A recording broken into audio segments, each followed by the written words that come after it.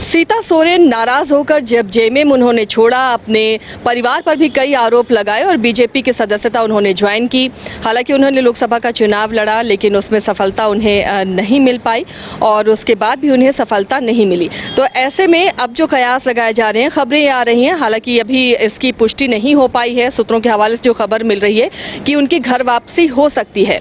तो इससे क्या नफ़ा क्या नुकसान अब झारखंड की राजनीति में जेएमएम और बीजेपी को होने वाला है, इस पर हम चर्चा करेंगे। हमारे सहयोगी मदन हमारे साथ जुड़े हुए हैं। मदन, अब खबर मिल रही है कि शायद सीता सोरेन की घर वापसी हो सकती है। अगर ऐसा होता है तो जेएमएम के लिए कितना मजबूत कदम होगा और बीजेपी के लिए क्या लगता है कितना नुकसानदेह होगा? देखिए, ये बात ज़रूर है कि दो चुनाव सीता सोरेन जो है वो बीजेपी के साथ लड़ी। हाँ। लेकिन दोनों चुनाव में उन्हें जो है हार का सामना करना पड़ा, लोकसभा का चुनाव हो या फिर विधानसभा का चुनाव हो। ये बात ज़रूर है कि जो क्षेत्र है संथाल का जो गढ़ है, वो ये कहा जाता है कि वो जेएमएम का है और उस किला को भेदना जो है काफ़ी मुश्किल है बीजेपी के लिए। यानी बीजेपी की जो कोशिश थी मदन की सीता सोरेन आती हैं तो वो संथाल जो जेएमएम का गढ़ है, किला है, उसे भेदा जा सकता है। दोनों चुनावों के परिणाम से बीजेपी को जब लगा कि कोई फ़ायदा नहीं हुआ, तो क्या जो जिस इज्जत की बात सीता सोरेन कर रही थी उसमें कोई कमी या फिर वापस से घर वापसी अगर करती हैं तो क्यों करती? बिल्कुल, देखिए कई तरह की चीज़ें थी। सबसे बड़ी बातें जो आई थी जब मुख्यमंत्री के तौर पर हेमंत सोरेन जेल गए थे और उसके बाद जो कल्पना सोरेन को एक पद देने की बात आई थी, उसका विरोध सीता सोरेन ने किया था, जो दबी जुबान निकल कर सामने आई थी। लेकिन उसके बाद कई गंभीर आरोप लगे। लेकिन जो परिस्थितियां राजनीति में बनती है उस हिसाब से कहते हैं कि फैसले भी लिए जाते हैं। उस वक्त सीता सोरेन को लगा था कि अगर हम बीजेपी के साथ जाते हैं तो एक मजबूत स्थिति में होंगे और फिर हम मुकाबला भी कर सकते हैं। लेकिन जो परिणाम आए चुनाव के, दो चुनाव उन्होंने लड़ा बीजेपी के सिंबल पर, तो वो उनके पक्ष में नहीं आया और कल्पना सोरेन और मजबूत हुई।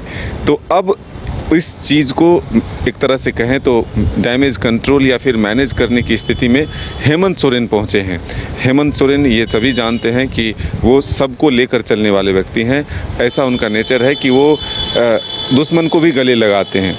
और ऐसा इसलिए हम कह रहे हैं कि इसी तरह से जब पार्टी के चुनाव लड़े थे विधायक पार्टी के खिलाफ में चमरा लिंडा, आज उनको देखिए कि पार्टी ने मंत्री पद भी दिया है, पार्टी का सिंबल दिया और वो चुनाव जीत कर भी आए।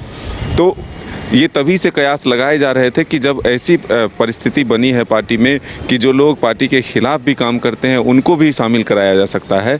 तो उसके बाद कई चर्चा हुए कि चंपई सोरेन की भी वापसी हो सकती है, लोबिन हेम्ब्रम की भी वापसी हो सकती है और सीता सोरेन की भी वापसी हो सकती है।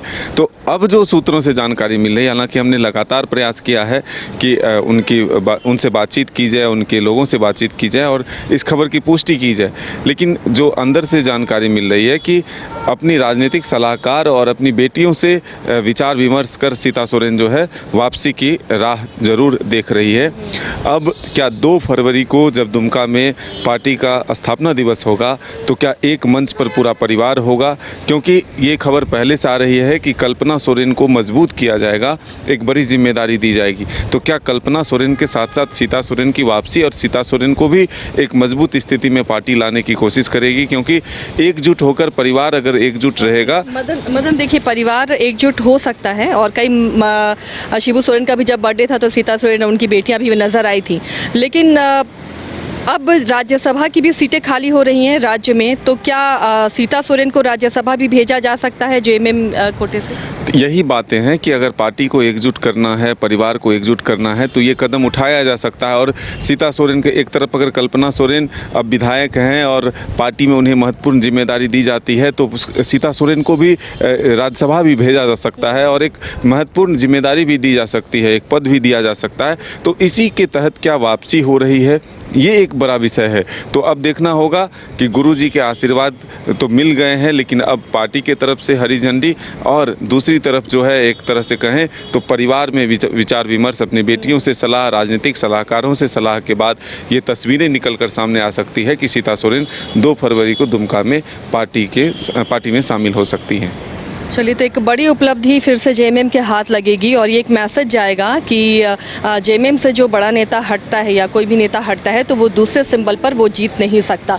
और सीता सोरेन फिलहाल जो खबरें मिल रही हैं कि वो फिर से जेएमएम जा सकती हैं, तो इससे जेएमएम को फिर से मजबूती मिलेगी। और अब देखना है कि क्या उन्हें राज्यसभा भेजा जाएगा जेएमएम कोटे से अगर वो आती हैं पार्टी में।